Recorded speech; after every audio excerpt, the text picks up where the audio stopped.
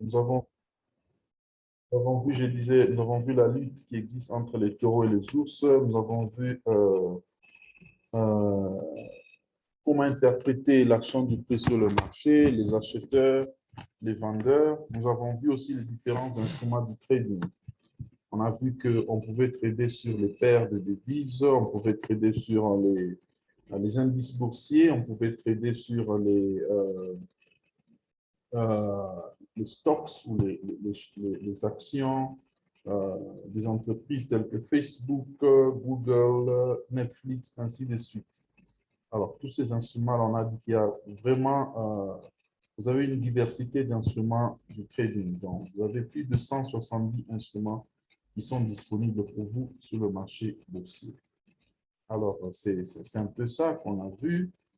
Alors, ce soir, nous allons étudier pour quelques minutes seulement. Nous allons voir l'effet de levier.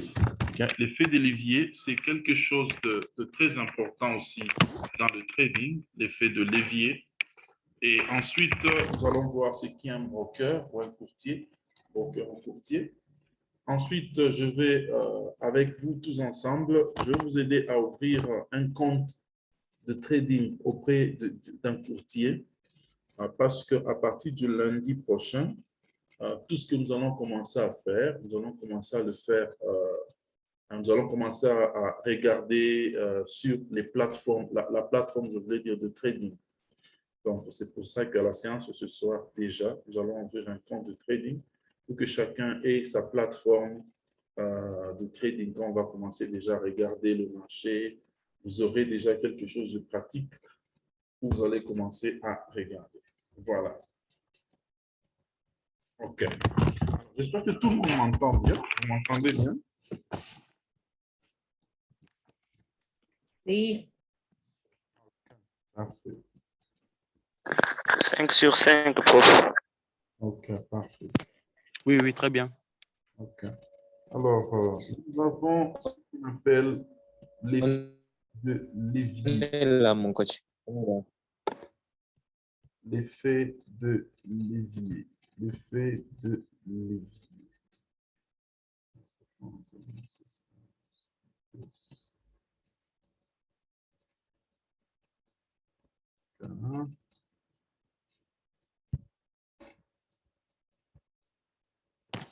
OK.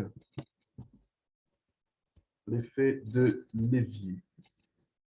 Alors, l'effet de levier, c'est quoi? Avant de parler même de l'effet de levier, on parle normalement de celui qu'on appelle un courtier. Okay? Un courtier. Un peu de volume coach. Bon, héritier, j'espère que ça va maintenant. OK. On parle de celui qu'on appelle un courtier. Alors, un courtier, c'est qui? Un courtier, le monsieur que vous voyez là-bas, avec tenant l'argent dans sa main, hein, des billets verts, des billets en dollars là dans sa main. Ce n'est pas ça le courtier, mais c'est juste une image pour vous représenter ce qu'un courtier peut, ce à quoi un courtier peut ressembler. Okay? Donc, un courtier peut ressembler à un monsieur qui est là. En fait, un courtier, c'est quoi? Un courtier est une personne ou une entreprise qui agit comme intermédiaire entre un trader et le marché boursier.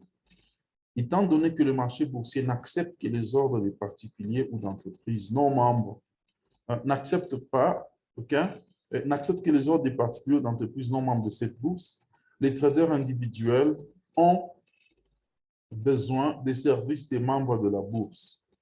Les courtiers fournissent ce service et sont rémunérés de diverses manières, soit par le biais des commissions, de frais sur les trades ou en étant payé par la bourse elle-même. Voilà. Un courtier, c'est une personne ou une entreprise qui agit comme intermédiaire entre un trader et le marché boursier. Voilà.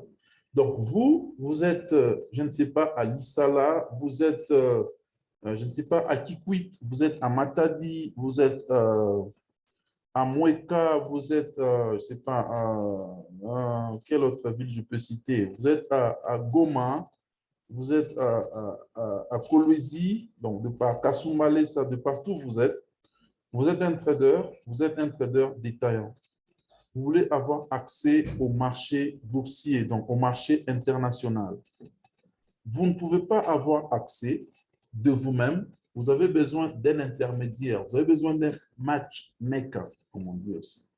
Vous avez besoin d'un catalyseur. Donc, c'est quelqu'un qui participe à une réaction, disons, qui facilite une réaction sans y participer.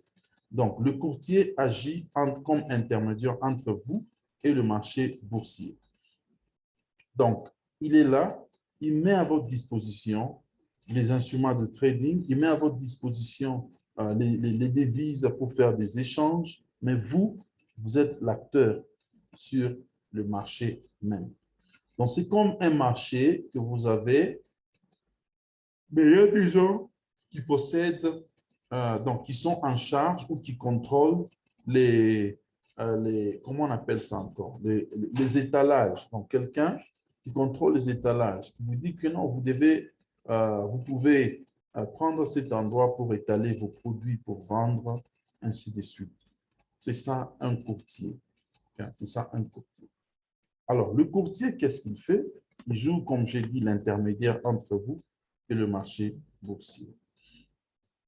Alors, le courtier, comment est-ce qu'il est payé? Comment est-ce qu'il reçoit des profits, de bénéfices? Okay? Les profits qu'il reçoit, c'est par rapport d'abord aux commissions. Okay? Je ne vais pas entrer trop en détail sur les commissions et tout ce qu'il reçoit comme profit, parce que bon, ça ne va pas vraiment vous servir à grand-chose, mais c'est important quand même.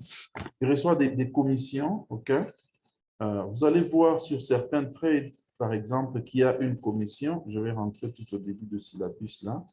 Il y a un endroit où c'est écrit commission. Donc, il y a des trades où tu peux ouvrir, par exemple, sur les stocks. Je vous avais parlé l'autre fois de trader. Si tu trades quelque chose comme Facebook, par exemple, si tu trades Facebook, tu vas voir qu'il y a une commission directement quand tu ouvres un trade. Vous voyez cet endroit, c'est écrit commission. Voilà. Commission. Il est comme un commissionnaire. Voilà.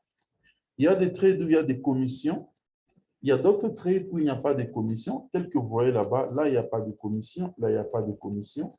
Mais il y a d'autres trades, quand vous tradez, il y a des commissions. Okay? Alors, ces commissions-là, c'est des petits frais, des petits montants vraiment que le courtier prend. Donc, pour dire que je t'ai mis sur le marché, alors je prends une petite commission. Et un autre frais que le courtier reçoit, c'est lorsque vous gardez un trade qui passe d'une journée à une autre de trading. Voilà.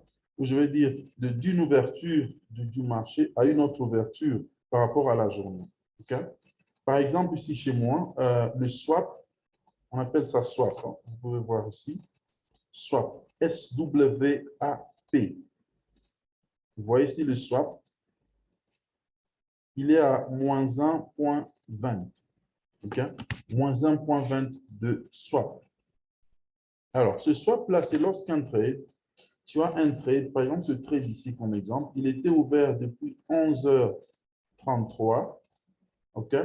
Si il passe 11h33 du matin, dès qu'il est 23h chez moi ici, en tout cas, je sais que il y a un frais qui est chargé. Donc, le swap, il y a un frais qui est chargé sur mon trade là qui est ouvert parce qu'il va passer 23 heures, il va à une autre journée. Le swap. Okay? Ça, c'est un autre frais que le courtier reçoit aussi. Il y a aussi ce qu'on appelle le spread. Spread. Okay? Le spread, vous n'allez pas voir ça mentionné ici seulement, mais le spread, c'est un frais, okay? Spread qui s'écrit S-P-R-E-A-D. Okay? C'est un terme anglais aussi. Spread, le terme anglais spread d'abord signifie une extension ou extendre. Okay? C'est ça, to spread, c'est répandre, extendre. Vous voyez, c'est un peu ça la signification du terme spread. Alors, le spread, ça veut dire quoi? à chaque fois que vous ouvrez un trade, vous allez vous rendre compte que la plupart des trades qu'on ouvre quand on prend une position sur le marché, en tout cas sur 100%, je dirais même 95% de positions commencent d'abord en négatif. Donc, quand tu ouvres un trade, il commence d'abord en négatif. Alors, le négatif là, dont il est question, ce n'est pas seulement le négatif que tu vois là-bas, c'est plutôt par rapport à ce qu'on appelle le asking price and the real price, donc le prix de demande et le vrai prix sur le marché. Okay? Alors, il y a une petite différence entre le vrai prix sur le marché et le prix de demande. Donc, le prix de demande, c'est le prix que le courtier te charge pour le trade que tu ouvres. Le vrai prix du marché, c'est le prix même, le vrai taux d'échange sur le marché. Alors, quand tu ouvres une position, le courtier te met à son prix à lui. Et il y a souvent une petite différence, une très petite différence entre ça. C'est ça qu'on appelle le spread. Donc, cette extension-là, cette différence-là, okay, cette petite distance. Je vais voir que tu ouvres un trade lorsque le prix était, par exemple, à ce niveau. Hein? Par exemple, le prix est à ce niveau ici. Je vais entrer dans un sell. Sell, une vente. Rappelez-vous, le sell, c'est côté des ours, ils aiment tirer le prix vers le bas. Alors, je vais rentrer dans un sell. Ça veut dire, j'anticipe, je dis que le prix va commencer à tomber à partir de ces points-ci. Donc, ça veut dire que je suis en train de prédire que le prix va venir tomber vers le bas. Alors, qu'est-ce que ça va faire? Si je prenais une position ici, je dis que je vais entrer à ce niveau. Tu vas voir que lorsque tu entres, tu ouvres la position, ça va te faire tomber, ça va ouvrir légèrement en bas. Pas au prix que tu avais vu là. Pourquoi? Maintenant, cette petite différence-là, c'est ça le spread. Alors, les courtiers aussi gagnent un peu d'argent à partir de ce spread-là. Voilà. Donc là, ce sont un peu les différentes manières qu'un courtier peut gagner de l'argent. Et il y a aussi des courtiers qui sont payés par des bourses.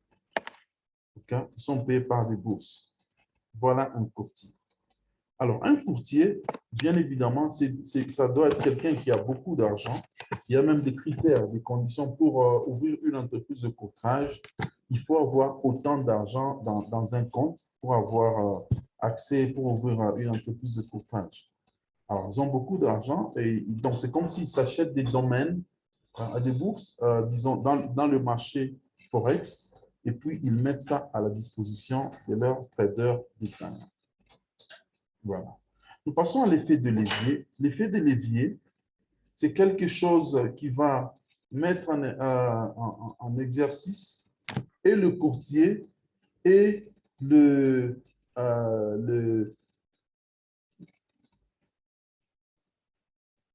courtier et toi le trader. Okay? L'effet de levier. Alors, quelqu'un qui est ici peut me dire c'est quoi un levier? Si je peux vous poser la question, c'est quoi un levier? Surtout les gens qui ont fait les études techniques, ils peuvent bien comprendre c'est quoi un levier.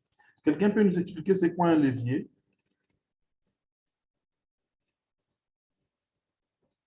Levier, c'est quoi un levier?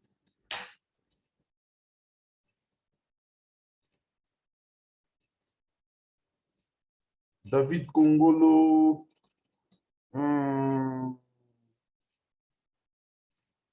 Eden Noël, Edlore, Philly, Gloire, Héritier, Joach. Quelqu'un peut nous expliquer c'est quoi un levier? Antonio, Neville, Major. Je vais répondre. Oui, Eden, tu peux répondre. Un levier, c'est un outil qui sert à renforcer votre capacité.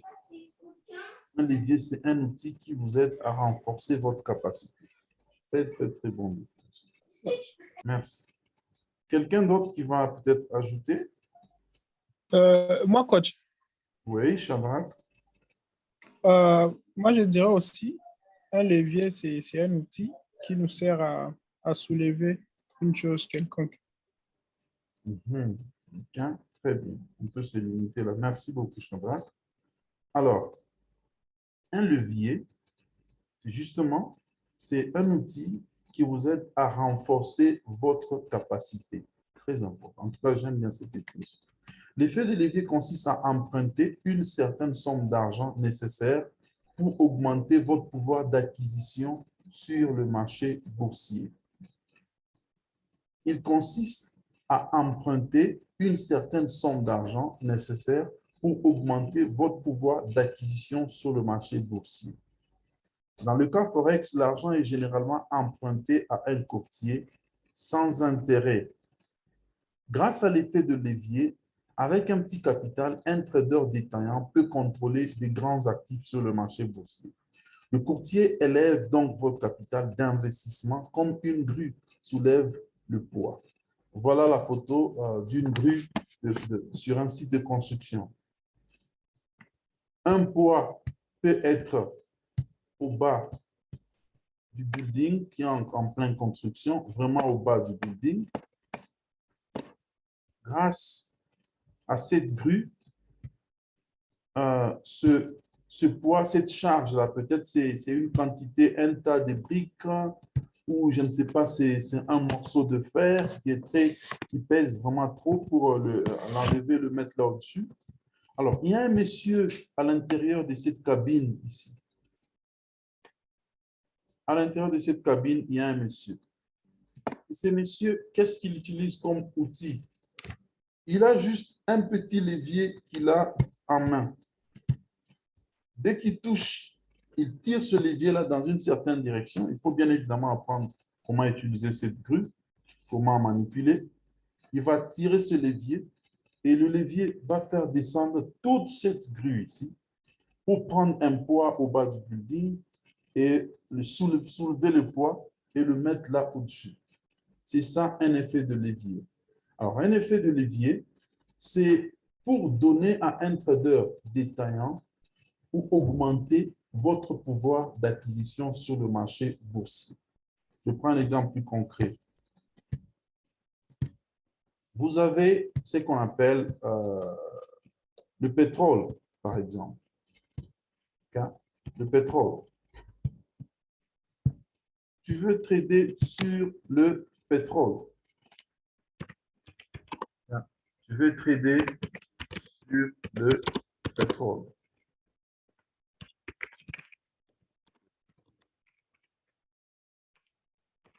Okay? Tu veux trader sur le pétrole. Par exemple, un baril de pétrole, il coûte autour de 80 $. Okay? Un baril de pétrole coûte autour de 80 $ pour le moment sur le marché. 80 $.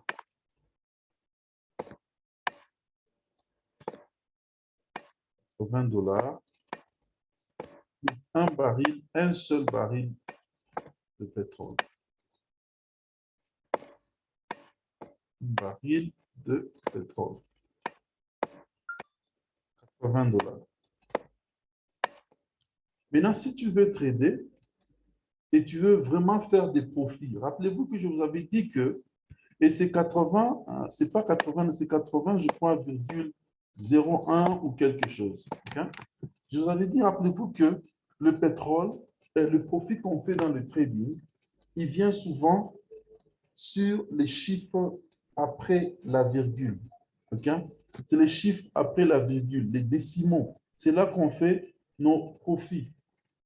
Alors, si tu voulais faire, par exemple, le profit par rapport, tu es en train de faire un trade par rapport au pétrole et le dollar américain. Combien d'argent tu vas faire si tu gagnes 0,01 $, par exemple, pour un mouvement du prix? C'est très peu comme bénéfice. Okay? Pour gagner un bénéfice consistant, peut-être de 1 $, 0,1 $.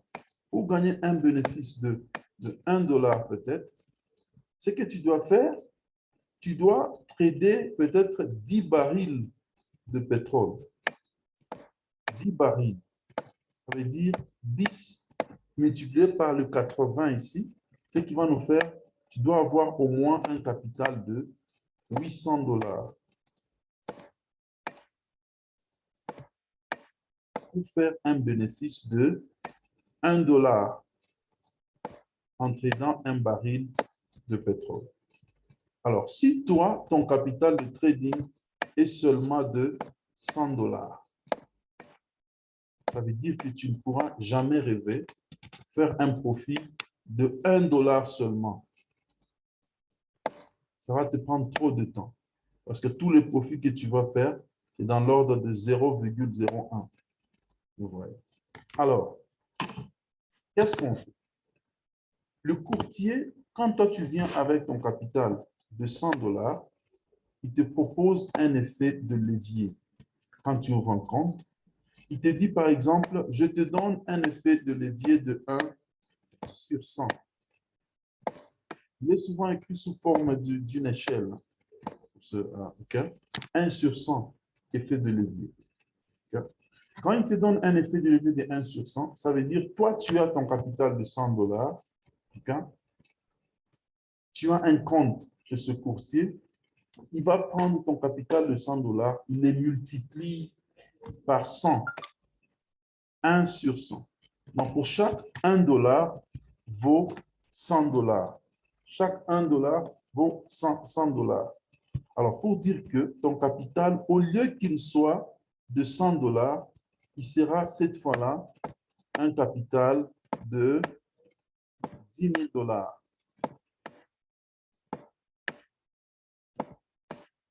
Parce qu'il a été multiplié par l'effet de levier qui est de 1 sur 100. Donc, tu prends juste le 10 de 100, tu multiplies par 100, donc tu as un capital de 10 000 dollars.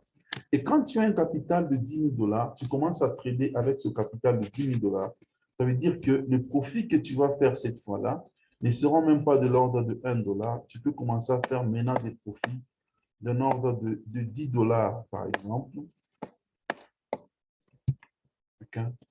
Des profits de l'ordre de 10 dollars, par exemple. Pourquoi? Parce que ton compte a été élevé par l'effet de levier que le courtier t'a donné. Au lieu de faire 1 dollar là-bas, au lieu de faire 0,01 dollar, tu as 10 dollars. Voilà. Alors, c'est un peu ça, donc, l'effet de levier. Donc, tu as ton capital, le courtier te prête une certaine somme d'argent sans intérêt. Tu ne vas même pas voir, le courtier ne va pas te dire non, donne-moi tes coordonnées bancaires, je vais t'envoyer l'argent dans ton compte bancaire, comme ça tu vas commencer à trader avec. Non. Quelqu'un disait, est-ce que le courtier peut m'envoyer vraiment mon argent qui va me prêter dans mon compte? J'ai dit, mais tu peux fuir avec cet argent-là. Parce que tu ne le connais pas, tu n'as pas besoin de le connaître personnellement. Vous faites juste des contrats. Quand tu ouvres un compte, tu as le pouvoir, tu as le droit d'avoir un effet de levier. Il y a des courtiers qui proposent l'effet de levier de 1 sur 100, 1 sur 200, 1 sur 500, 1 sur... bon, il y en a qui vont un peu légèrement, là, je ne sais pas, 1 sur 50, mais les plus populaires, c'est 1 sur 100, 1 sur 200, 1 sur 500. En tout cas, je ne vois pas plus de 1 sur 500. Voilà. C'est ça donc. À chaque fois que tu as un compte, il est multiplié, comme ça tu as un plus grand pouvoir d'achat sur le marché. Parce que si tu as 10 000 dollars maintenant, tu sais que je peux acheter autant de barils de pétrole. Je peux trader sur autant de barils de pétrole. J'ai le pouvoir d'achat qui est augmenté. C'est ça l'effet de levier que vous utilisez. Alors, quelqu'un va dire, est-ce que ça veut dire que si je fais un dépôt de mon capital de trading de 100 dollars par exemple, est-ce que je vais voir que quand je rentre maintenant sur la plateforme de trading, je vois que mon argent est déjà gonflé, il est maintenant de 10 000 dollars? Non, tu ne verras jamais 10 000 dollars sur ton compte. Tu vois que ça, tu as déposé 100 dollars et que là, ça apparaît 10 000 dollars. Non, mais tu vas plutôt voir c'est quand l'effet de levier est appliqué sur ton compte automatiquement. Ok? Ça veut dire que si tu prends une position, tu prends un trade, automatiquement, il est appliqué dans le background. Donc, c'est beaucoup d'argent pour avoir une part sur le marché boursier. Alors, le courtier, il te fait cette faveur, pas une faveur, en fait, c'est un contrat. Donc, il gonfle ton capital pour avoir accès sur le marché boursier. Voilà un peu ce que je peux dire par rapport au courtier. Et le courtier, une chose peut-être un détail important à noter, c'est que quand tu fais des gains, le courtier ne te suivra jamais pour dire que non, tu as fait des gains, on partage des gains ou quoi que ce soit. Non, non. Les gains, c'est pour toi. Tu ne partages pas de gains, c'est pour toi les gains. Ou bien quand tu fais une perte aussi, tu ne partages pas, les pertes aussi, c'est sur ton compte. Le courtier ne va pas perdre sur son compte. Il ne va pas perdre sur son compte. Et les pertes et les gains, c'est sur ton compte, pas sur le compte du courtier. Okay? Donc, tu n'as même pas besoin de repayer le courtier pour dire non, tu dois repayer le courtier autant d'argent. Non, non. Tout se passe sur ton compte à toi. Voilà. Est-ce qu'il y a des questions par rapport à ça avant qu'on passe à l'autre partie très importante du cours de ce soir?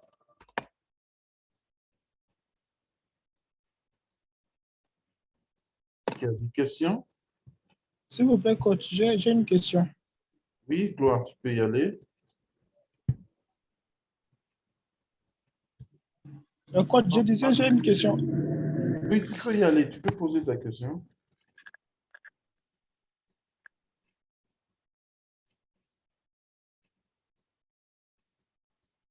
Gloire, tu peux poser ta question, monsieur? Ah, ok, d'accord.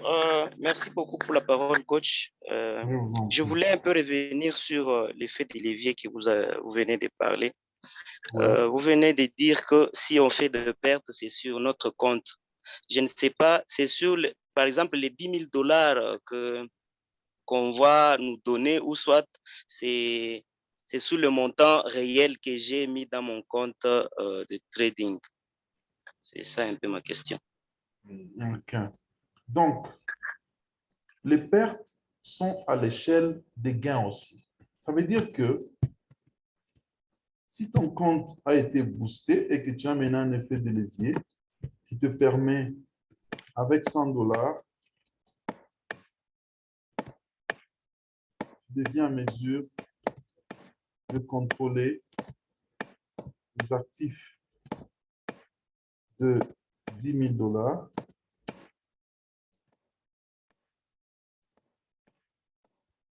Et cela implique aussi que tu commences à faire peut-être des profits. Je donne un exemple. Tu fais un profit, par exemple, de 2 dollars.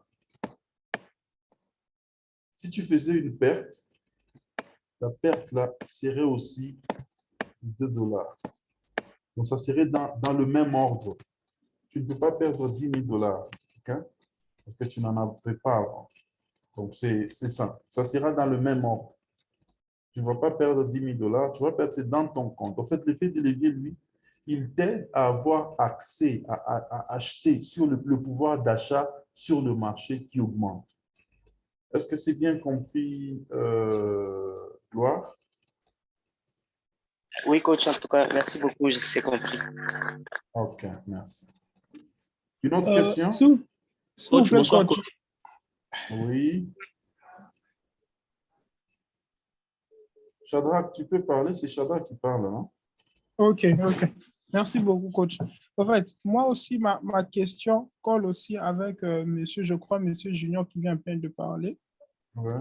Moi aussi, je n'ai pas compris quand vous avez dit que le courtier ou le broker peut nous emprunter des fonds.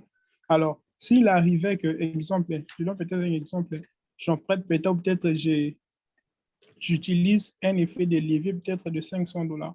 S'il arrivait que je perds les 500 dollars, est-ce que le courtier va me taxer ou peut-être que je serai Va te endetté ou faire comment? arrêter. Si vous pouvez Va expliquer un peu. va te faire arrêter. Non, c'est pas ça. OK? Alors, j'ai dit, je crois que je vous ai dit ici, c'est sans intérêt. Et puis, quand tu fais des pertes, c'est sur ton compte. Ça ne va pas affecter le courtier là-bas.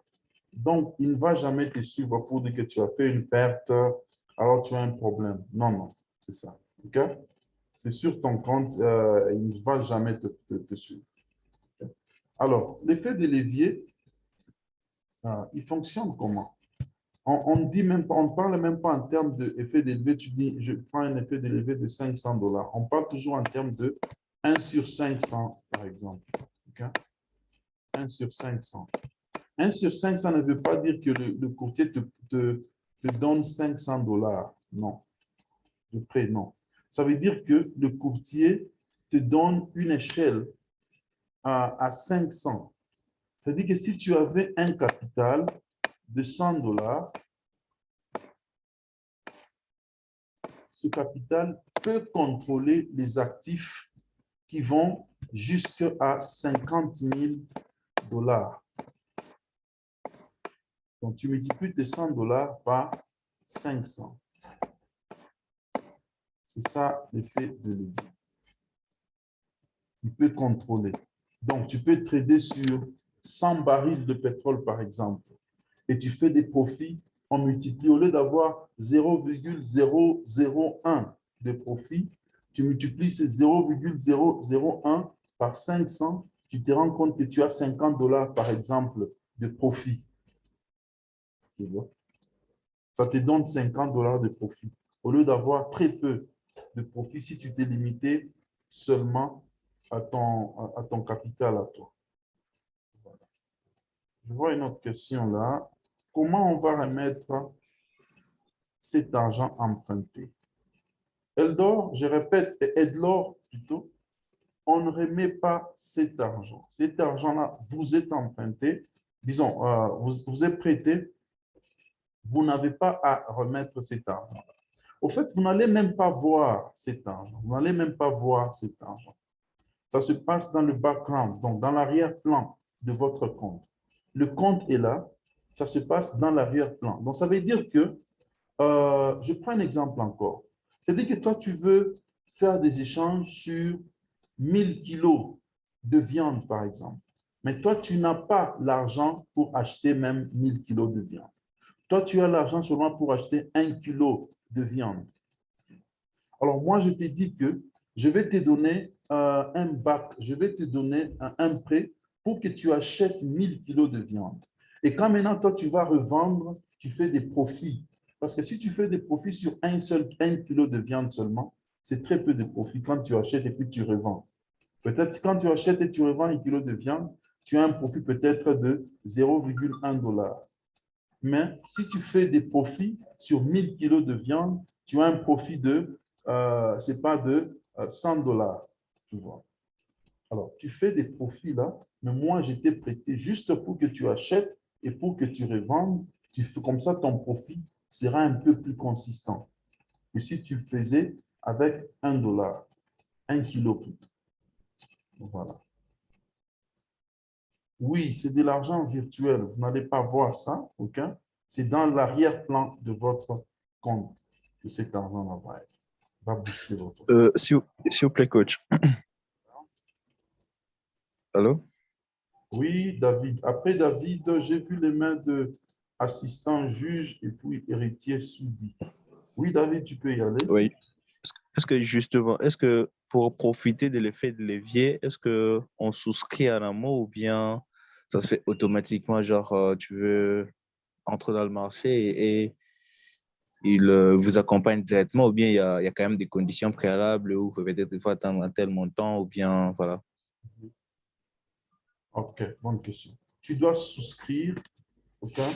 Oh, souscrire, peut-être c'est un peu trop. Tu dois t'inscrire auprès d'un courtier. OK? Dès que tu t'inscris, chaque courtier a un effet de levier qu'il propose à ses clients. Okay?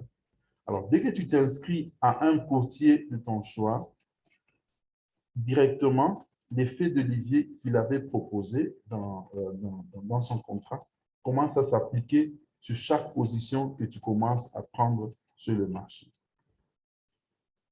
Voilà. Donc, tu t'inscris une seule fois, directement l'effet de levier est sur ton compte. Il s'applique déjà sur ton compte. Oui, assistant juge. Oui, bonsoir tout le monde. Et bonsoir, Monsieur Elisha. Bonsoir. Bonsoir. Ma question est de savoir, parce que sur l'effet de levier, Ouais. c'est dans un marché qui est quasi virtuel. Alors, comment négocier avec les courtiers pour bénéficier ces avantages? Et dans ça, la petite sous-question qui est liée à cette question, Ouais. est-ce que si la somme à emprunter chez les courtiers là-bas, existe-t-il des garanties là-bas? Est-ce qu'il y a des garanties? Alors, et la dernière sous-question. Des garanties dans quel sens, s'il vous plaît? De garanties, par exemple, de bonne exécution dans ce cadre-là. De bon usage, tout. Oui, oui, oui, oui. Hein?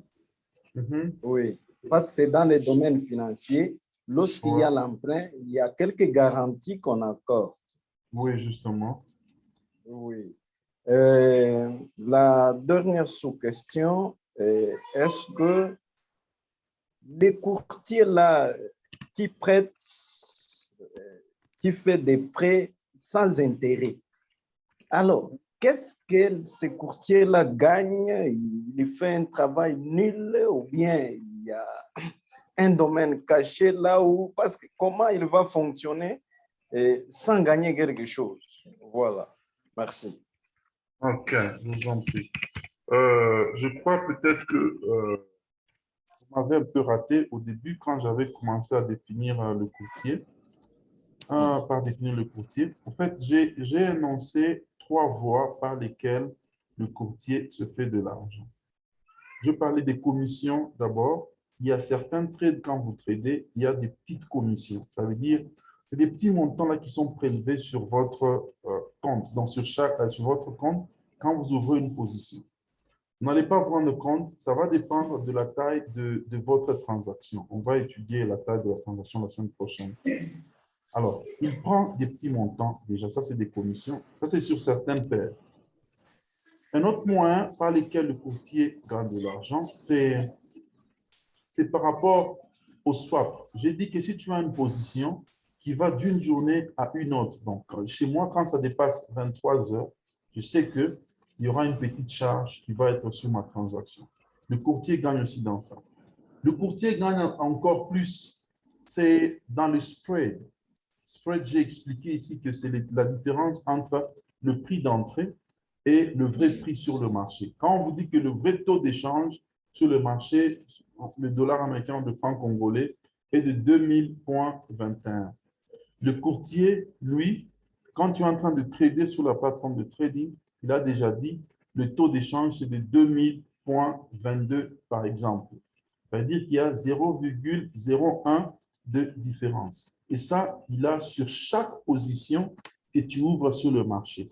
Et les différents instruments de trading ont aussi différents spreads. Tu peux voir par exemple que si tu trades quelque chose comme les paires qui ont la livre sterling ont un grand spread. Donc, ça coûte un peu cher pour trader. Donc, quand tu ouvres la position, le spread est très grand. Alors, le courtier il gagne un peu beaucoup sur ça. Alors que si une paire comme euro-dollar, euro-USD, vous allez voir que le spread est légèrement moins cher. Ouais. Alors, le courtier gagne dans ça aussi. Alors, et il y a d'autres courtiers qui sont aussi payés par des bourses. Ils sont payés par des bourses parce que ils mettent là à la disposition des gens, le marché financier, ils sont payés comme ça. Alors, peut-être tu vas penser que parce que tu es un trader détaillant, là, il n'y a que toi, mais les courtiers n'ont pas que des traders détaillants. Ils ont d'abord des milliers de traders détaillants et ils ont aussi ce qu'on appelle des traders institutionnels. Institutionnels, ça veut dire qu'il y a même des banques. Une banque qui utilise une autre entreprise comme courtier. Vous voyez. Alors, quand une banque est en train de prendre des positions, par exemple, Donc, en fait, il y a des banques qui ont des traders, ils engagent même des traders. Alors, quand une banque est en train de prendre des positions comme ça veut dire qu'il prend des positions à des grandes tailles, des grandes transactions.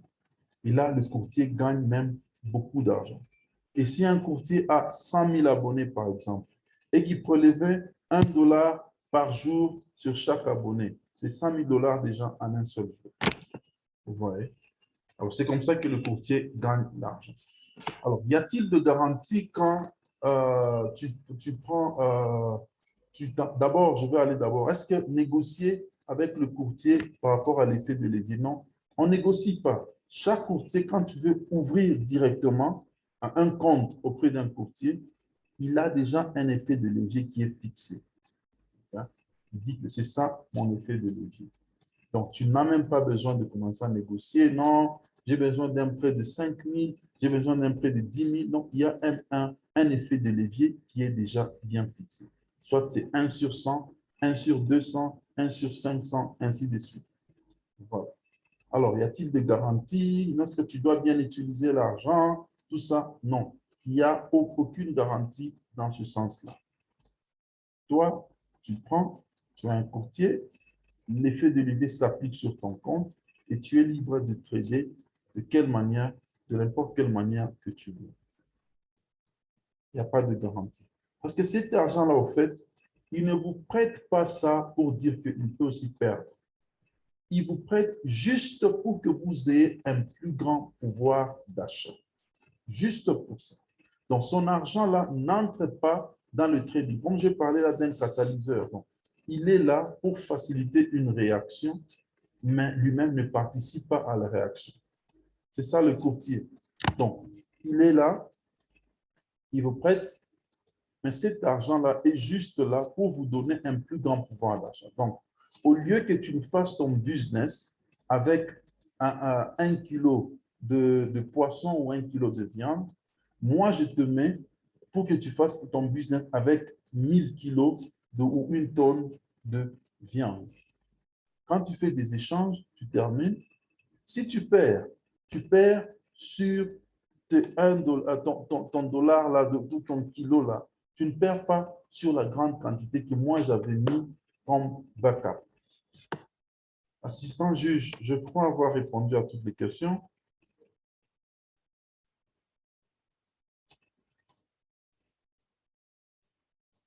Est-ce qu'il y a une autre question avant qu'on passe à la partie pratique? Junior Kambala. Coach, Oui, bonsoir coach. oui, bonsoir. Bon, ma première question, elle est celle-ci. Market Gem, c'est un courtier?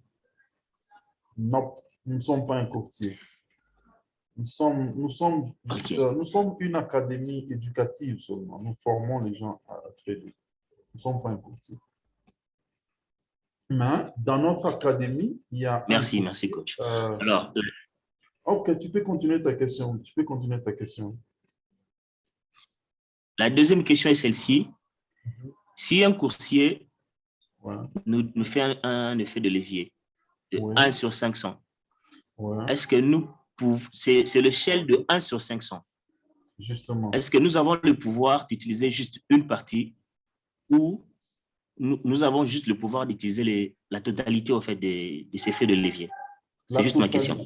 Ok. La totalité de cet effet de levier entre en jeu à chaque fois que tu ouvres une position. C'est la totalité qui entre en jeu. Mais on va voir avec vous la semaine prochaine qu'il y a un autre aspect pour contrôler le trade. C'est la taille du lot. Quand tu utilises une certaine taille du lot, ça fait que ton capital, il est partitionné. Voilà, il est partitionné. Bon, on va voir ça avec vous la semaine prochaine. Mais l'effet de levier, il s'applique sur ton compte, sur chaque position.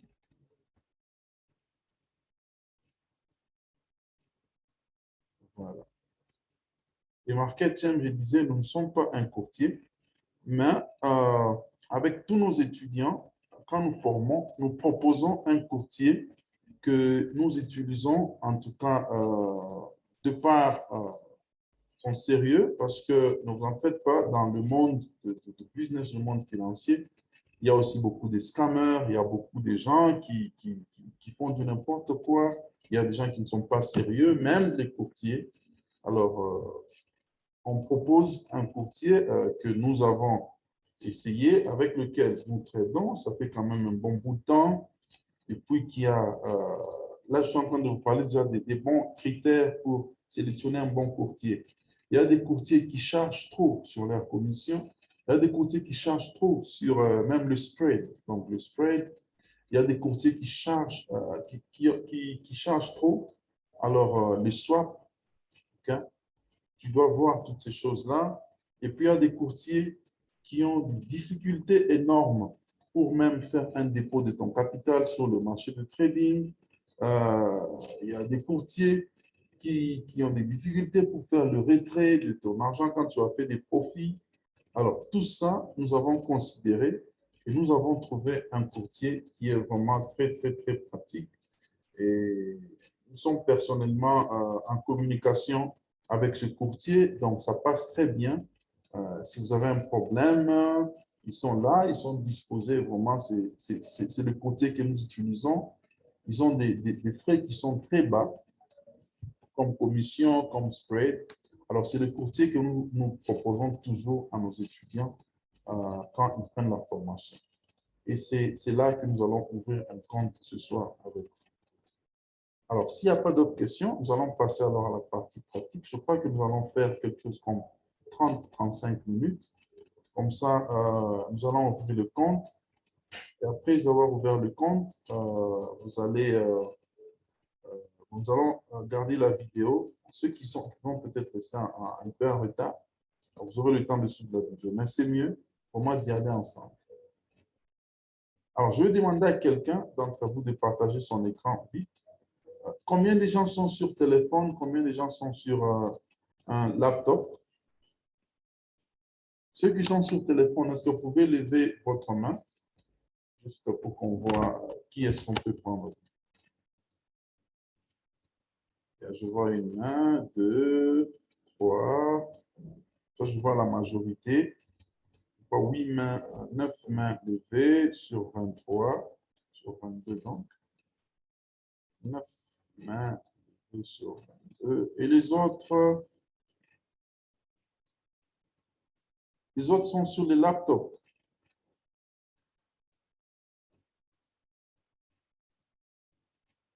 Qui sont en train de suivre sur un téléphone. Je vois les mains sont en train de diminuer là.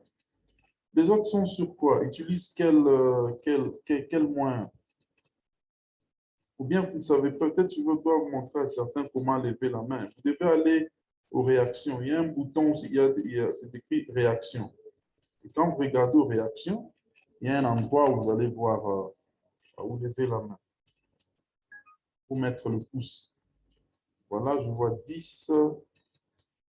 Je vois 10, 11, OK, sur 22. Le reste sont sur le laptop, c'est ça? Les restes utilisent quel moyen? Dites-moi un peu les restes. Vous utilisez quel moyen?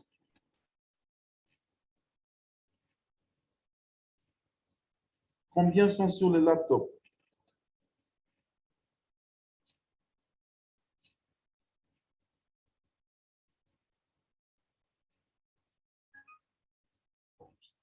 OK. Bon, on évolue. Je crois que quelqu'un va partager son écran, son téléphone. Comme ça, nous allons y aller vite là. Je vais envoyer un lien dans le groupe. Okay? Je vous envoie un lien dans le groupe. Vous allez juste cliquer sur ce lien. Et puis, vous allez ouvrir le compte trading. Voilà le lien.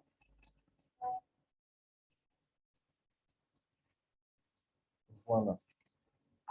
Voilà le lien. J'ai envoyé le lien dans le groupe WhatsApp. Comme ça, vous allez cliquer sur le lien et quelqu'un va partager son écran. Nous allons voir, il sera comme... je dois arrêter mon partage. Moi, voilà. téléphone, batterie de 4 ans. Est-ce que je peux Laptop, utiliser? J'ai une question, coach. Laptop. OK. Quelqu'un peut partager son écran? Vite, vite, là. Quelqu'un peut partager son écran, comme ça nous allons ouvrir. Coach, Oui, est-ce que je peux vous avez des utiliser ce difficultés à partager l'écran. Je sais pas, j'ai déjà autorisé le partage d'écran. Oui, c'est déjà autorisé. Quelqu'un peut partager son écran, on le fait vite. J'ai une question, coach. OK, la question vient de Edlore. Tu peux y aller, Edlore. Est-ce que je peux utiliser aussi ce broker? Pardon. Est-ce que je peux utiliser aussi ce courtier puisque je suis en Haïti? Si tu peux utiliser, Oui, ce courtier. je vais mettre le lien même sur... je ne t'entends pas très bien, Edlore. Oui, oui, puisque je suis en Haïti, est-ce que je peux utiliser aussi ce courtier? Oui, il est international. La plupart des côtés sont vraiment dans le monde entier. Il est international, Ok. de partout. Nous avons des étudiants qui sont en France, des étudiants qui sont en Chypre, des étudiants qui sont aux États-Unis, des étudiants qui sont partout en Afrique ici. Donc, c'est bon, tu peux l'utiliser. Ok, merci. Je t'en prie.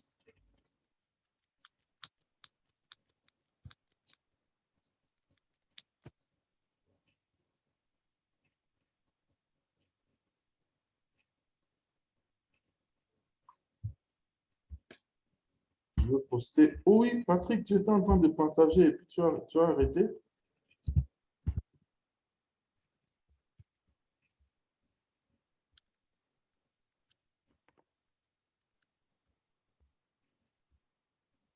Patrick, ouais, voilà maintenant, oui.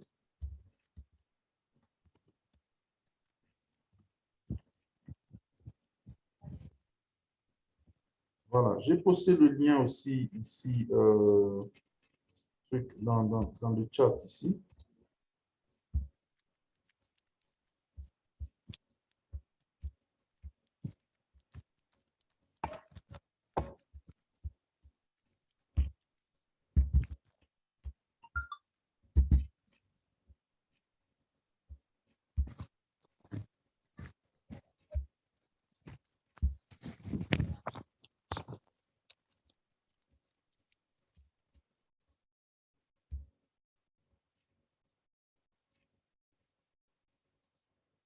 Voilà, Patrick, est-ce que tu as cliqué sur le lien sur WhatsApp là?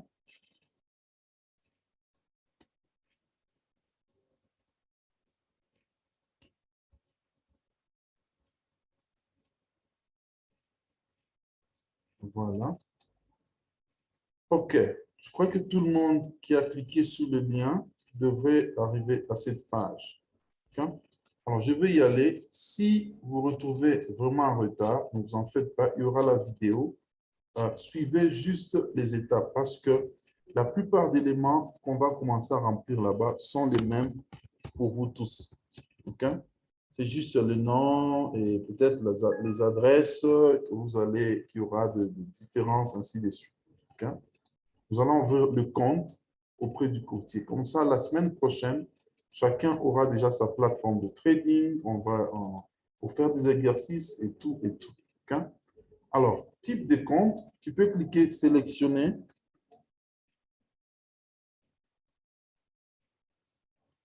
Tu sélectionnes ou TDM, la première option là.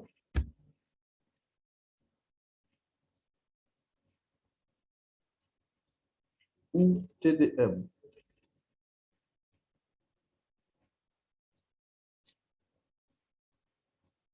OK?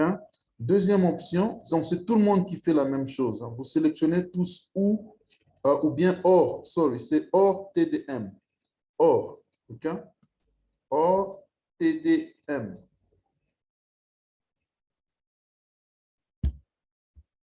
OR TDM. OK?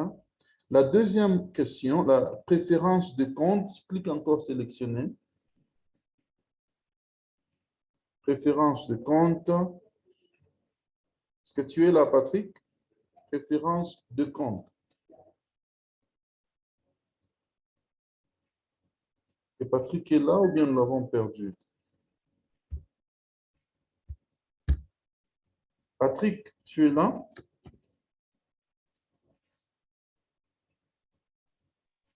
Patrick ne réagit plus. Coach, Ouais. est-ce qu'il peut activer son micro pour qu'on l'entende un peu parce Quand même qu'on qu'il est en entende train juste. de... Oui, oui. Bien. Patrick, tu Là, es je suis là? là. Je suis là. Oui, j'ai dit qu'on passe à la deuxième option. Préférence de compte.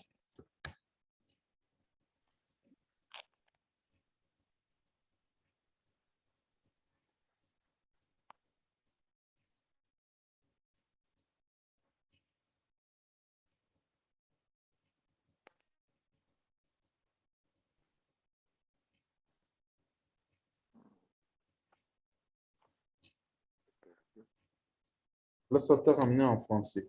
Si ça peut être en français ou en anglais, ok?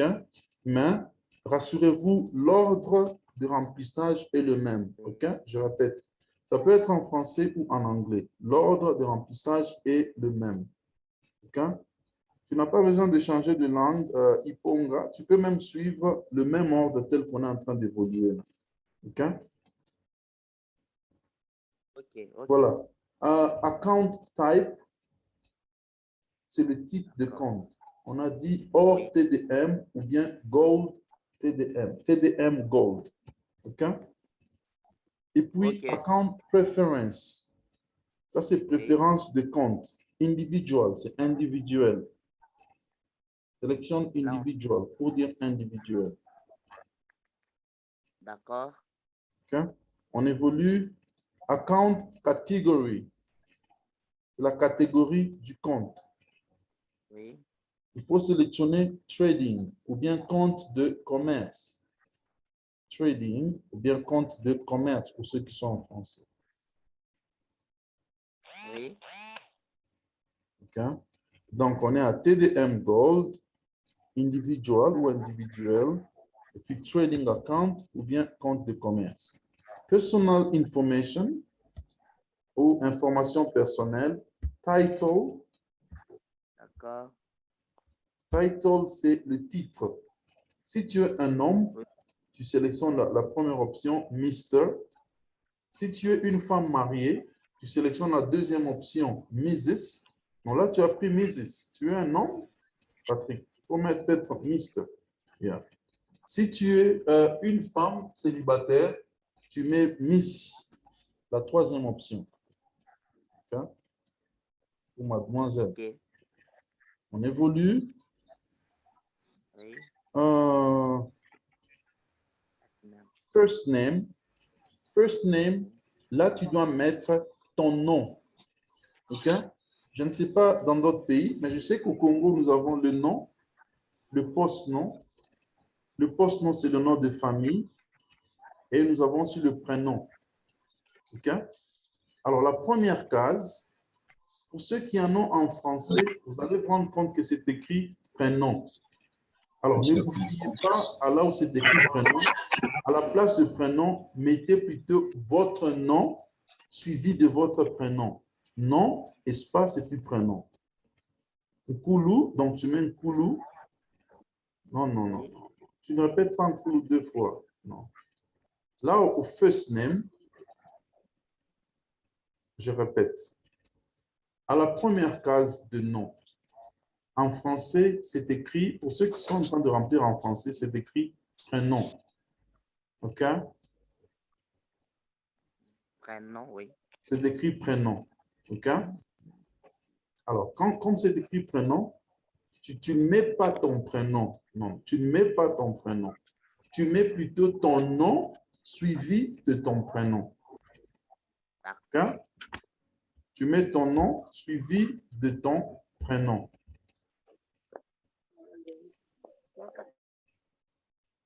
Voilà.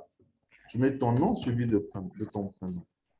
Ensuite, dans la deuxième case, tu mets ton nom de famille seulement.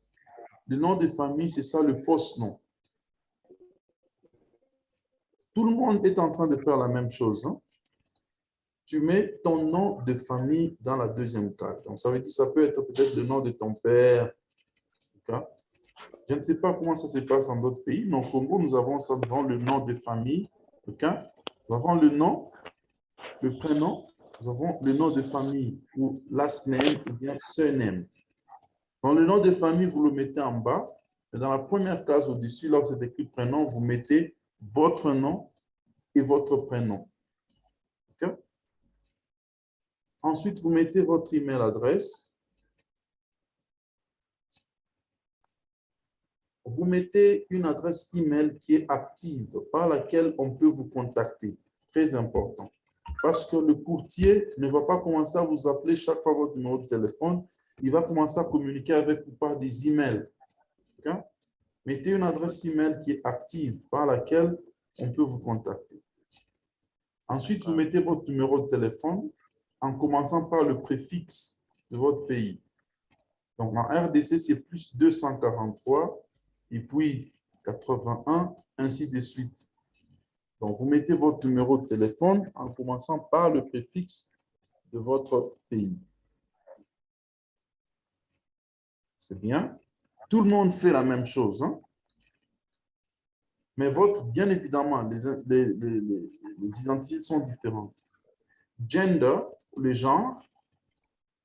Si vous êtes un homme, le genre, vous mettez male, mâle. C'est la deuxième option, M. Patrick. Mâle. Si vous êtes une femme, vous mettez female. Okay? Date of birth. Ça, c'est un élément encore très important. Suivez, s'il vous plaît. Sinon, vous allez vous bloquer dans l'enregistrement. Suivez, très important. Soyez très attentifs. Date of birth. Vous voyez, on a déjà écrit DD, MM, DD plutôt, point, MM, point, Y, Y, Y, Y. DD signifie day, okay, ou le jour de votre naissance. Vous tapez là-bas le jour de votre naissance. Voilà, il a bien tapé, donc il faut écrire deux chiffres. Okay? C'est pour ça qu'on a mis DD, c'est 2 chiffres. Après les 2 chiffres du jour de votre naissance, si vous êtes né le premier, vous n'écrivez pas un seulement, vous mettez 0, 1. Si vous êtes né le 10, vous mettez 10.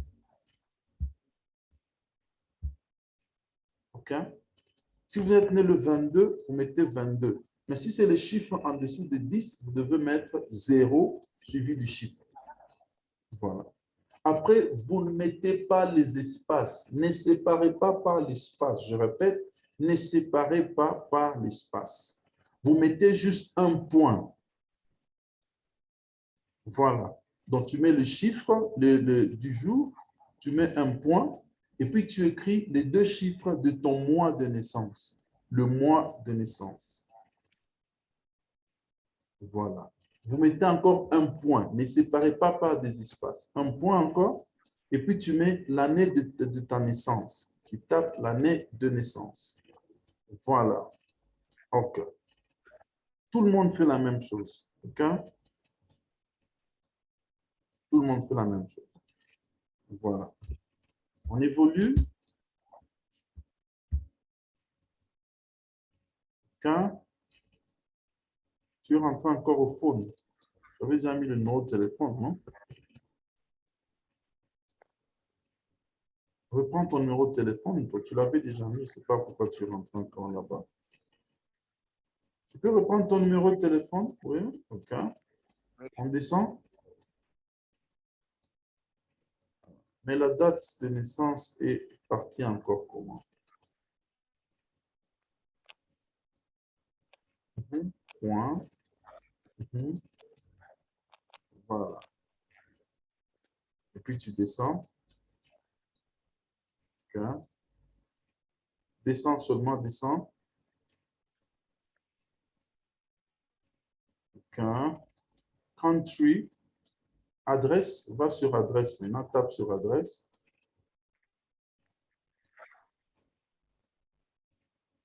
OK, adresse, tu mets ton adresse là-bas.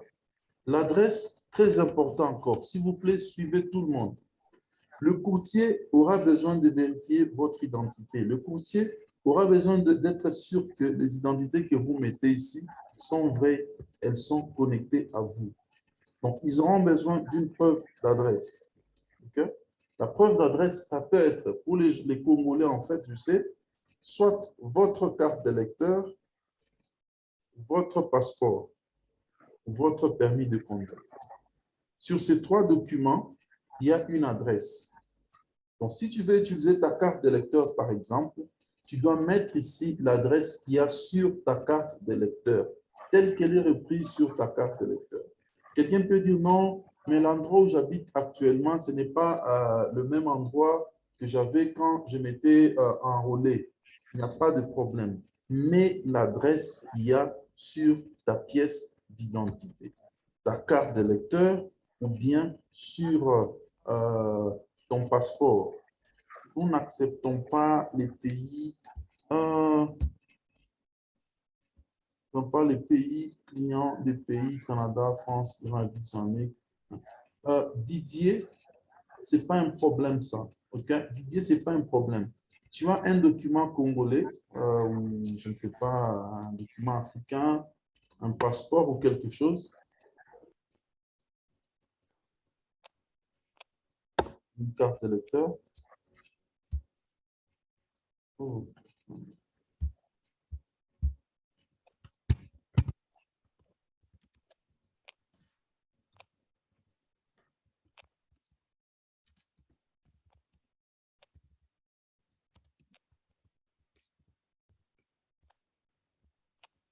Oh, tu es français, ok. Ok, tu es français, ok. Il n'y a pas de problème. Tu vois ce que tu peux choisir. Choisis seulement, mets le pays, ok. Mets le pays, je sais que peut-être tu ne vas pas trouver France là-bas. Qu'est-ce que tu vas faire? Tu vas mettre un pays. Mais le pays que tu vas mettre là-bas, mets seulement République démocratique du Congo. Tape seulement Congo. Ok? Ce n'est pas un problème. Tape seulement Congo. Et si on ne possède pas, ces documents, carte d'électeur, passeport ou permis de conduire. Si tu ne possèdes pas ces documents, Filbi, ok. Yeah. Si tu ne possèdes pas ces documents Filbi, tu devras ouvrir un compte donc avec les documents de quelqu'un qui possède ces documents-là. Il dit d'abord pourquoi tu ne possèdes pas tous ces documents-là. Bien, tu n'étais pas à l'âge de posséder ces documents-là. Voilà, voilà. Quand on enroulait, j'étais pas encore majeur et tout. Je comprends. Bon, là, ce que tu peux faire, trouve-toi quelqu'un qui peut te prêter ces documents, comme ça tu vas ouvrir le compte en son nom. T'inquiète pas, ça se fait. Le plus jeune trader dans le monde a 13 ans. Disons combien? 16 ans maintenant. Donc, il a utilisé les documents de son père, il a ouvert le compte de trader. Oui. Où est-ce que nous en sommes avec Patrick? Patrick, tu as mis tes adresses? Tu as encore effacé? Oui, Gloire, tu peux poser ta question. S'il vous plaît, coach, j'ai un petit souci. Ouais. C'est au niveau du choix du pays là-bas. Nous, qui est en République démocratique du Congo, on met quoi? J'ai vu là-bas dans la liste, il y a seulement Congo, République du. Je ne sais pas qu'est-ce qu'on peut mettre. On peut mettre directement Congo, on met quoi? Ouais, c'est ça, Congo, République démocratique. C'est ça, vous prenez tous ceux qui sont au Congo. Au fait, tout le monde, à moins que si votre pays est là, comme Edlore est en Haïti, essaye d'écrire Haïti. Si Haïti sort parmi les options, tu mets Haïti. Okay?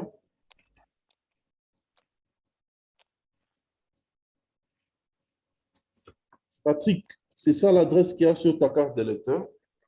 C'est comme Oui. ça que c'est écrit Congo, Kamina, ainsi de suite. Ça ne commence pas par le nom de l'avenue, le numéro, ou le numéro de la maison, ou et puis le nom de l'avenue, ainsi de suite. Écrivez l'adresse qui est sur votre carte d'électeur ou votre passeport.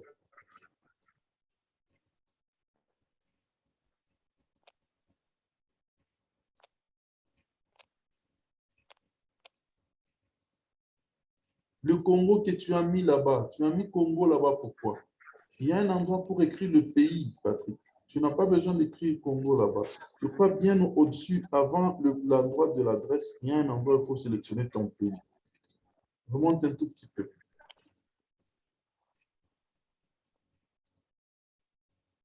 Tu as sauté quelques cases là-bas. Tu vois country. Country, c'est le pays. Tape Congo. Qu'est-ce que je ne comprends pas ce que tu fais là? Il y a country. Là, c'est city. City, c'est quelle ville où tu es? C'est Kamina, c'est ça, non? Oui. Oui. Il y a écrit Kamina.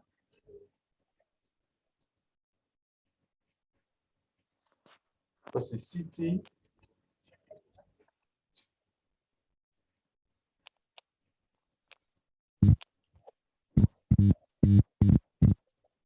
Congo, tu devrais écrire. Congo, tu devrais écrire la country.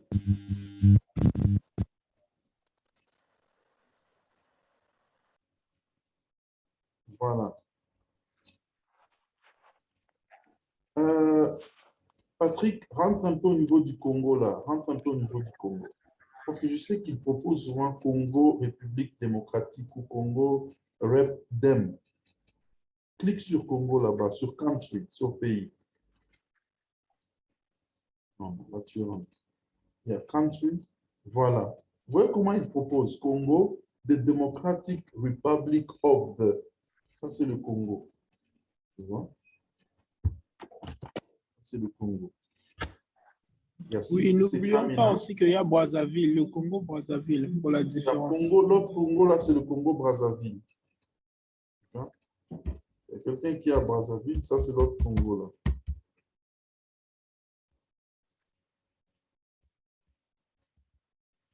Oui, on y va.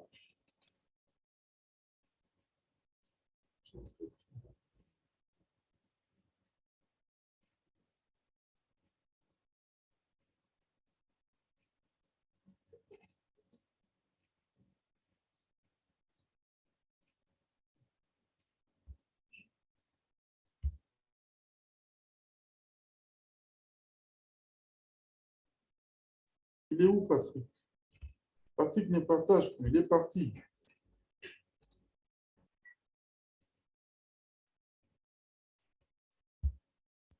Patrick n'est plus là. Héritier, tu as une préoccupation?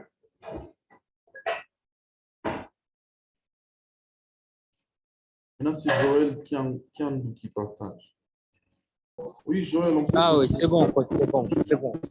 C'est juste sur la cité là-bas, la cité, je ne comprends pas, coach, je ne sais pas qu'est-ce qu'on va mettre là-bas. C'est la cité de quoi?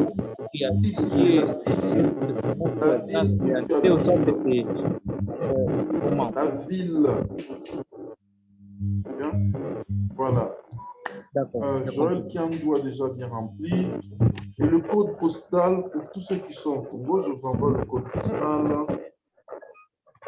Je vous envoie une photo là dans le groupe toujours, où on montre le code postal de toutes les provinces. Je prends juste le code postal de la province. Okay? Alors, quand on termine là-bas, tu cliques Next. Joël, tu peux cliquer Next.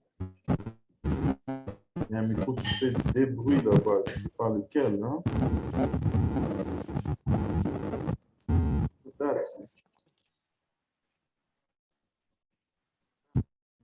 Oui, Joël, tu peux cliquer Next. Voilà. Voilà. On remonte maintenant là au-dessus. On monte là au-dessus. OK. Citizenship.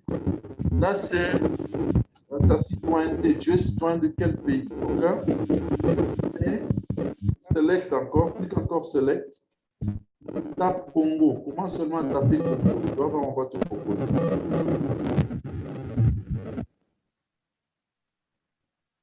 Voilà Congo. Voilà. Country of residence. Pays de résidence. Tape encore Congo.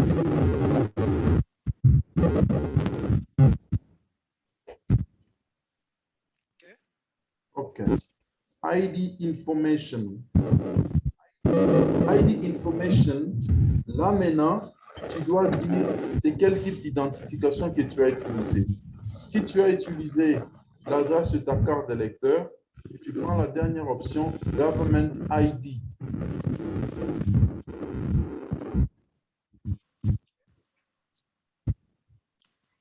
Si tu as utilisé ton passeport, tu mets passeport. Monsieur David Congolo, je crois que ça ne peut être que la connexion. Il y a un problème de connexion si tu es sorti chaque fois de la réunion. Parce qu'on ne sort pas les gens de la réunion. Personne n'est sorti de la réunion. OK. Oui, on continue avec toi. Okay. Maintenant, il faut mettre...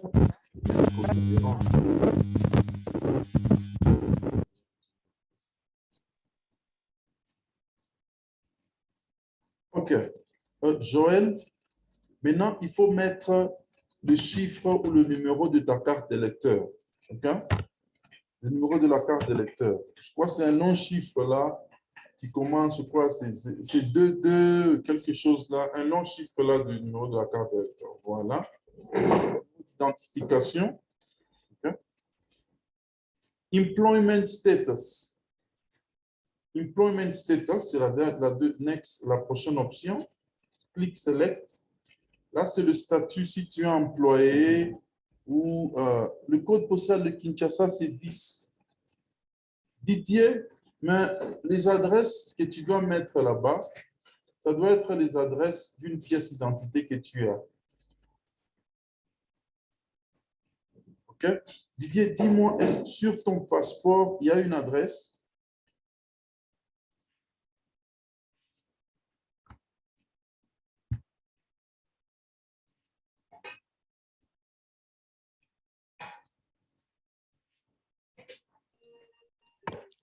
Il y a une adresse sur ton passeport. Bonjour. Oui, bonjour Didier. Oui, là, je vous appelle, comme vous avez dit, je suis en France et en fait, là, je change parce que là, je voulais ouvrir le compte sur mon nom, mais moi, j'ai que des papiers français. Ça fait longtemps que je suis ici. Et là, par contre, je vais ouvrir sur un compte, le compte est sur le nom de ma femme, mais par contre, son passeport, il est expiré. Est-ce que ça ne va pas me causer des soucis? Un passeport expiré peut causer des soucis. Un passeport expiré peut causer des soucis.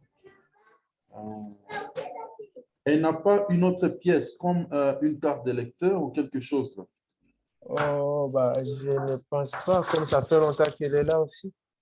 Je vais demander. Si tu peux.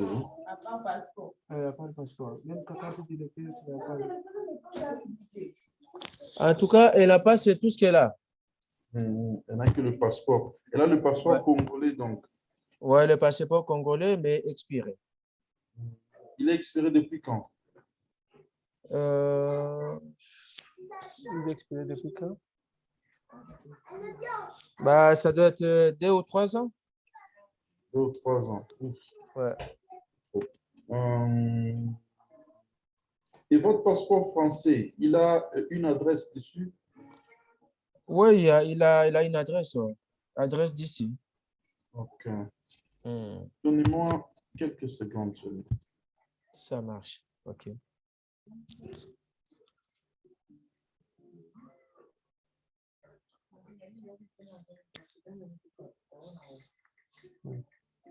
Ah, c'est moi, t'as fait un peu. OK, Didier, Oui, tu vois ce que tu vas faire. Mets seulement pays là-bas, Congo, tout, mais l'adresse sur ton passeport, tu mets l'adresse de la France. Disons, l'adresse, tu mets l'adresse de ton passeport français. Tu peux ouvrir en ton nom. d'accord, ok. Hein? Tu ouvres tout en Donc, ton nom, mais par ouais, rapport au pays de résidence, parce que la France ne sera pas sur la liste, tu mets Congo, OK? Et tu mets, mais les adresses, l'adresse, tu mets les adresses qu'il y a sur ton passeport français. d'accord. Donc, je sélectionne Bon, nous en avons Congo. l'expérience, nous avons des étudiants en France qui ont fait la même chose. Hein. Ça passe sans D'accord, problème. Ils vont approuver sans ok. problème. Donc, j'utilise que mes coordonnées à moi, du coup. Justement, ouais. Ça marche. S'il vous plaît, Et, coach. Oui, Oui, moi aussi, et, j'ai un problème. OK. euh, Continuez, mon frère. Continuez. Terminez ouais, d'abord. je voulais juste te demander si je mets le numéro de téléphone d'ici ou je mets le téléphone de quelqu'un qui est soit au Congo. Non, tu mets ton numéro de téléphone de la France. Ça va. Ça marche, ok. Merci. OK, je vous en prie. Ok. Oui, coach. Mhm. Une question. Oui. Moi, c'est sur l'adresse, coach. En fait, les adresses, c'est ou soit l'adresse qui est sur ma carte d'identité, ma carte d'électeur. Et là où je suis, c'est un peu différent. Et en plus, là-bas, coach, il n'y a pas de numéro de la maison. Qu'est-ce que je vais faire? Je vais mettre Mais, quoi? Voilà. mais juste l'adresse qu'il y a sur la pièce que tu as en possession, ta carte d'identité, celle que tu veux utiliser. S'il n'y a pas de numéro de la maison, il n'y a pas de problème. Mais rassure-toi seulement de mettre l'adresse là. Merci, coach. Je vous en prie. OK, on évolue. After country of residence, maintenant, employment status ou statut d'emploi, tu mets employed pour dire que tu es employé. Mais employed, c'est tout le monde qui va commencer à faire ce que nous faisons ici. Hein. Employed, on évolue, on descend, on évolue. Employment industry, là, tu vas écrire le domaine dans lequel tu travailles. Okay? Si tu es un enseignant, tu peux mettre enseignant, ou si c'est business, tu peux mettre business. Voilà, tu mets business. Occupation. Occupation, maintenant tu mets peut-être businessman. Voilà, mais businessman. Voilà. Alors, quelqu'un d'autre peut-être qui est enseignant, tu peux mettre enseignement ou éducation dans la première case. Et puis, occupation, tu mets peut-être enseignant ou c'est pas si tu es technicien. Donc, c'est pas très... Il n'y a pas une grande rigueur sur ça. Okay? C'est juste que vous devez juste mettre, c'est pour moi par formalité que vous remplissez les endroits là d'employment. Donc, vous mettez juste quelque chose. Si tu ne travailles pas encore, tu mets crée quelque chose. Tu peux être étudiant, ne mets pas étudiant là-bas, OK?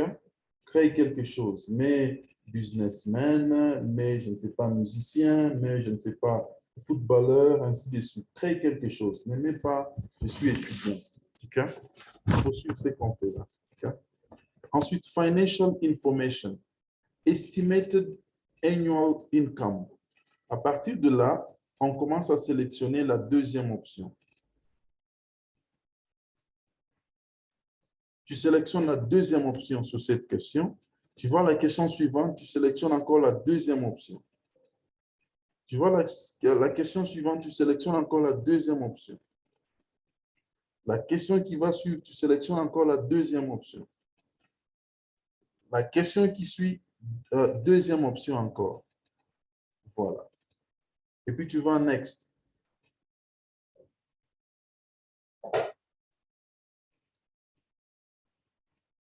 OK. Et puis on monte au-dessus, on monte au-dessus. C'est la dernière page, ça.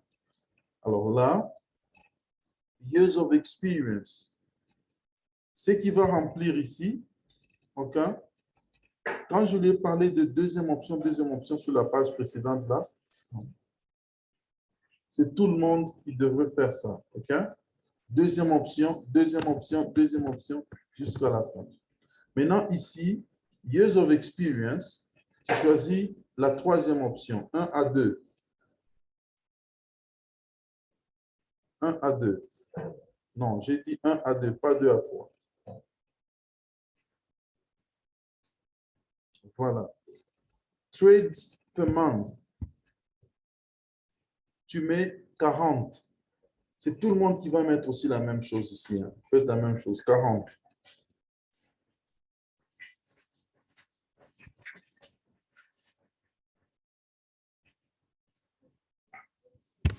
Average deal size. Tu mets 0,03.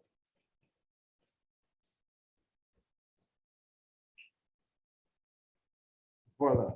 Maintenant, ce qui reste là, tu répètes la même chose. Ce que tu viens de mettre là, tu répètes sur toutes les autres questions qui suivent là-bas.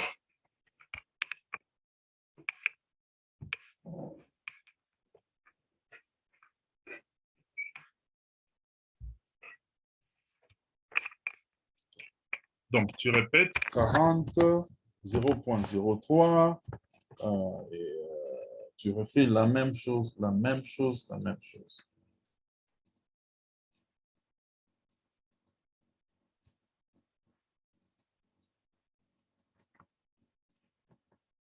Voilà. Et à la fin, quand tu termines, okay,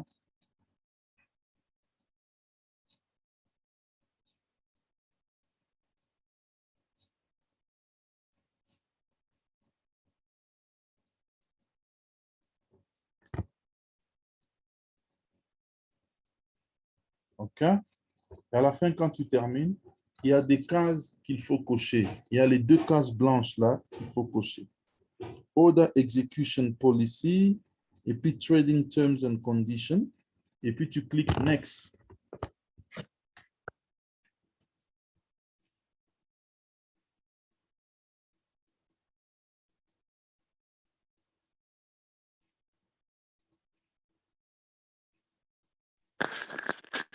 Coach, moi, je ne vois pas là où il faut cocher. Voilà. Tu peux prendre une capture d'écran.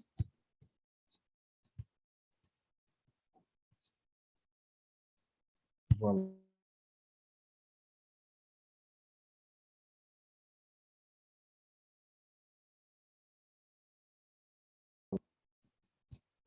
Voici les coordonnées de ton compte. OK?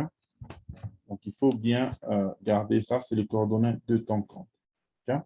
Donc, tu peux même essayer de login. Tu peux essayer de login. Alors, quand tu veux login ou te reconnecter, tu dois être sûr que, surtout là où c'est écrit le mot de passe, tu dois être sûr que là où il y a une lettre majuscule, tu mets la lettre majuscule, minuscule, minuscule.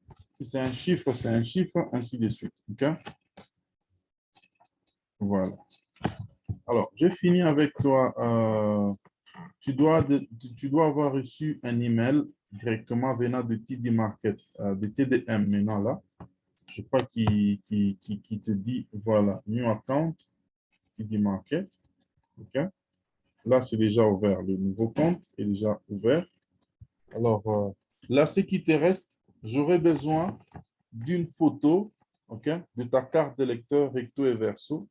Si c'est le passeport, vous prenez juste la carte, la photo de la partie où il y a votre photo, OK, et les adresses. OK? Comme ça, nous allons soumettre ça chez le courtier et votre compte sera approuvé.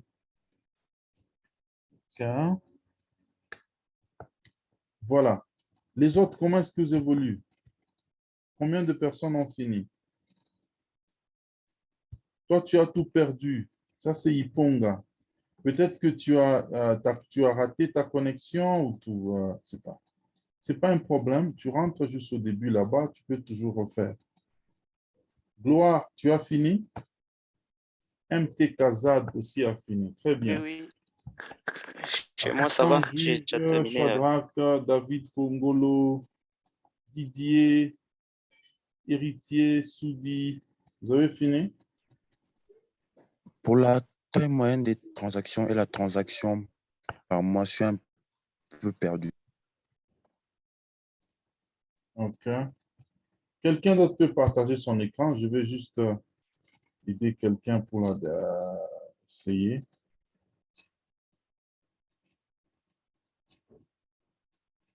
Joël, ce que tu dois faire, tu dois taper ton email. Parce que quand Google te propose directement l'email, tu vas voir que il y a un petit espace qui reste à côté là-bas. Coach, Tu vois, quand Google te propose l'email, ça te donne avec un petit espace, voilà. Efface là, écris maintenant. Bon, tu peux carrément écrire tout ton email. coach,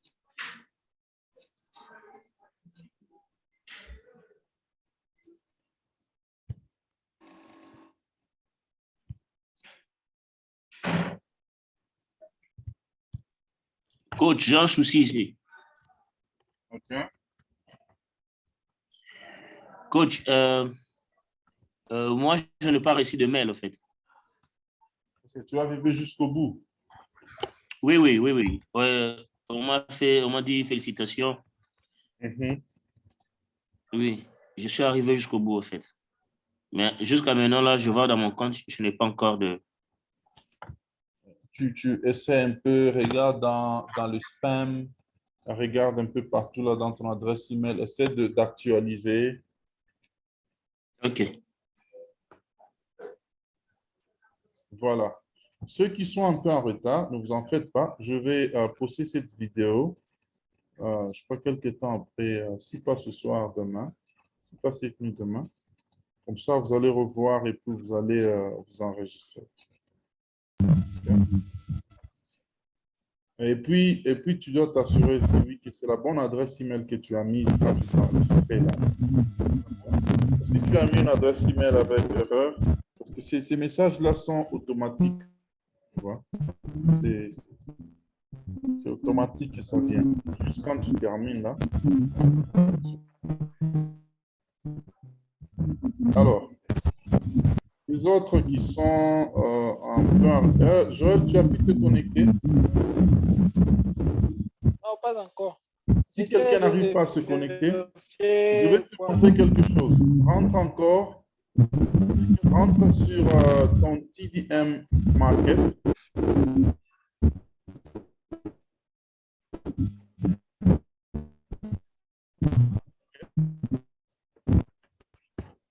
Voilà. Tu vois, si le mot de passe, ça échoue comme ça, OK? Ce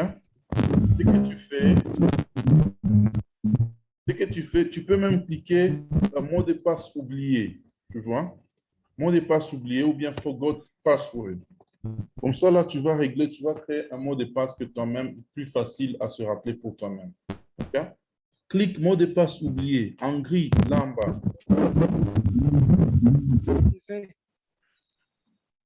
Voilà, quand tu dis mot de passe oublié, on te montre un endroit où il faut mettre ton adresse email pour réinitialiser ton mot de passe. Puis clique réinitialiser le mot de passe en noir là-bas. Voilà. Là maintenant, tu dois vérifier tes emails. Pas qu'on t'a envoyé un mail pour dire que tu vas réinitialiser ton mot de passe.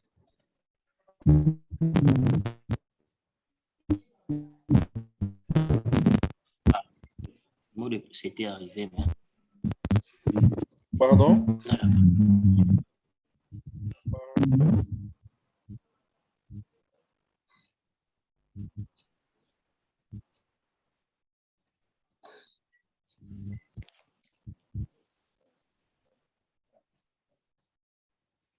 Coach, le mot de passe est arrivé. Et au fait, le mail était arrivé mais dans la partie promotion, en fait. Je vis le mail. Et voilà. Des fois, ça va un peu partout là dans ta boîte de réception. Il faut toujours bien regarder. OK. Joël, toi, je peux t'aider à connecter. Allons, rentrons sur TDM. On va essayer de connecter encore.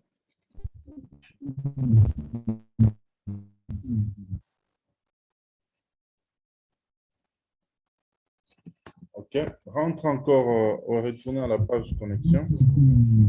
Voilà. Est-ce que tu peux taper ton adresse email? Tu tapes, efface tout ce qu'il y a là-bas. Sélectionne tout ce qu'il y a là-bas et puis tu effaces.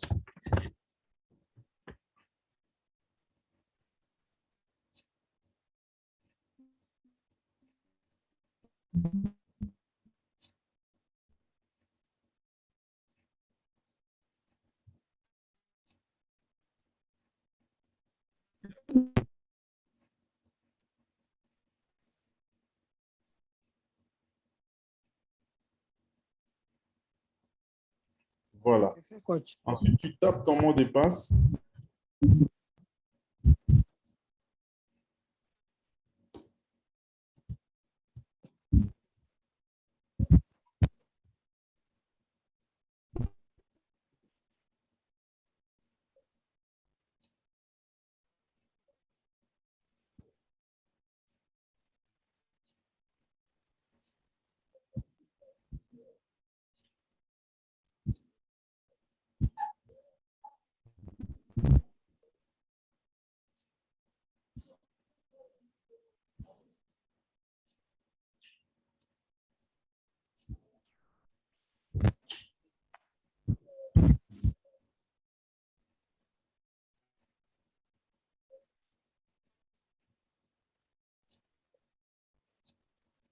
Tu vois le 0 que tu as mis là.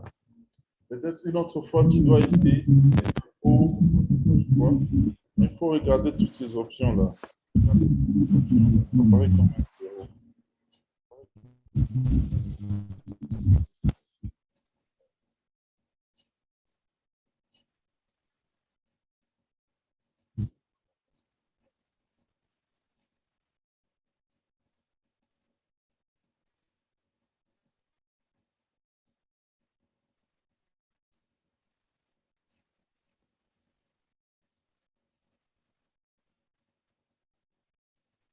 Il dit, bien évidemment, celui qu'on a envoyé après confirmation du compte. Tu n'as rien à faire avec ton mot de passe Gmail ici. Rien à foutre. Tu n'en auras pas besoin. Ton mot de passe Gmail. Comment c'est qu'on t'a envoyé là? Ça rate toujours. Il faut prendre ton temps. Rentre. Je pense que tu vas faire. Joël, rentre sur WhatsApp. Okay? Tu vas cliquer encore sur le lien. Okay? Et ça te ramène encore sur cette. Ça te ramène. Alors, je vais devoir te montrer quelque chose.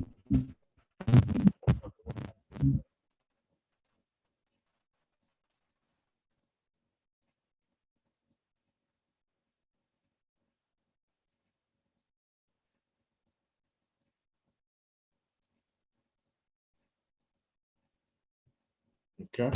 Et cette fois-ci, tu ne vas pas t'enregistrer. Tu vas plutôt cliquer. Tu vois, il y a l'icône comme un petit cercle. Il y a un homme dans le cercle là au-dessus. Là-bas.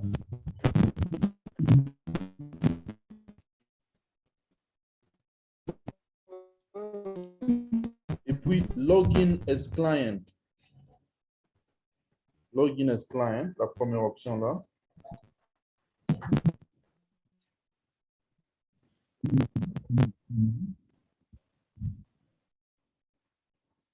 David Congolo est déjà connecté. Très bien.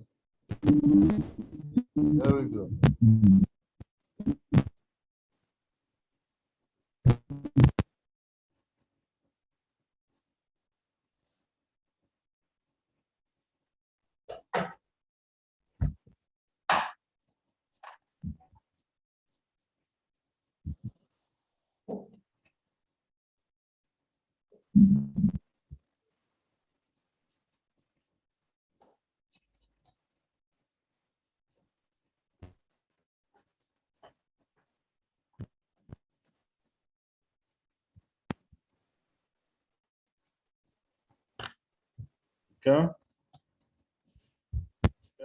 Qu'est-ce que tu nous montres là? Oh, tu cherches le screenshot de ton mot de passe. mot de passe. Oui.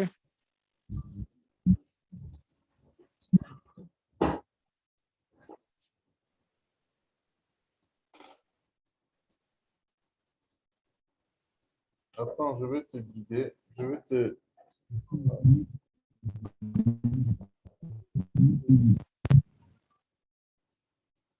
Tu vois là, quand tu ouvres directement, on te propose, est-ce que l'email tu as tapé? Oui, j'ai reçu l'email. Ok. Non, l'adresse email là, est-ce que tu as tapé ça à la main ou bien tu as laissé Google t'a proposé déjà? Non, j'ai tapé ça à la main. Ok.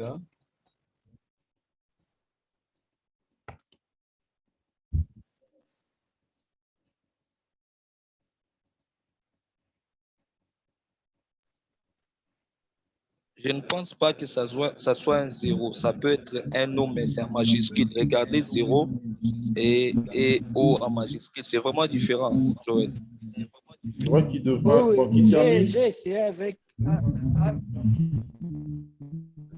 Oui, j'ai essayé avec page. Il doit essayer toutes ces options-là, oui. C'est passé. C'est passé. Voilà. C'est passé maintenant. OK. Coach, excusez, il a fait comment? Parce que moi, ça ne passe pas. J'ai toujours un 0 là, c'est comme c'est un O, mais ça ne passe toujours pas. Donc, il faut essayer les deux options. Soit tu essaies d'abord avec le O, si ça ne passe pas, et puis tu essaies si c'est un 0. Mais tu dois t'assurer que tu écris très bien ce que tu fais là. Super. Voilà. Donc, tout ce qui termine, quand vous terminez, soyez sûr que dans la journée de demain, vous m'envoyez vos pièces d'identité, donc juste les photos. Comme ça, je vais me charger pour que vos comptes soient approuvés. Iponga, dès que tu termines, tu rentres sur WhatsApp, tu cliques sur le lien et puis tu te connectes. Tu cliques sur l'icône de l'homme là pour te connecter et puis tu mets tes détails. Tu mets Login as Client et puis tu mets tes détails. Ok les gars, je crois que nous allons nous arrêter là pour ce soir. Je vais faire de mon mieux pour poster la vidéo pour ceux qui sont en retard. C'est pour vous connecter. Alors, merci beaucoup à tout le monde pour la participation encore une fois ce soir. Ceux qui ne sont pas encore en ordre avec le paiement, mettez-vous en ordre parce que ce soir, c'est la dernière séance qu'on a offerte gratuitement. À partir de lundi, nous allons foncer encore. Alors, faites un effort de vous acquitter pendant le week-end. Passez un bon week-end, reposez-vous bien, que Dieu vous bénisse. Au revoir. Au Si vous revoir. avez des Merci questions dans le groupe, vous pouvez poser des questions, des préoccupations. Ok, au revoir.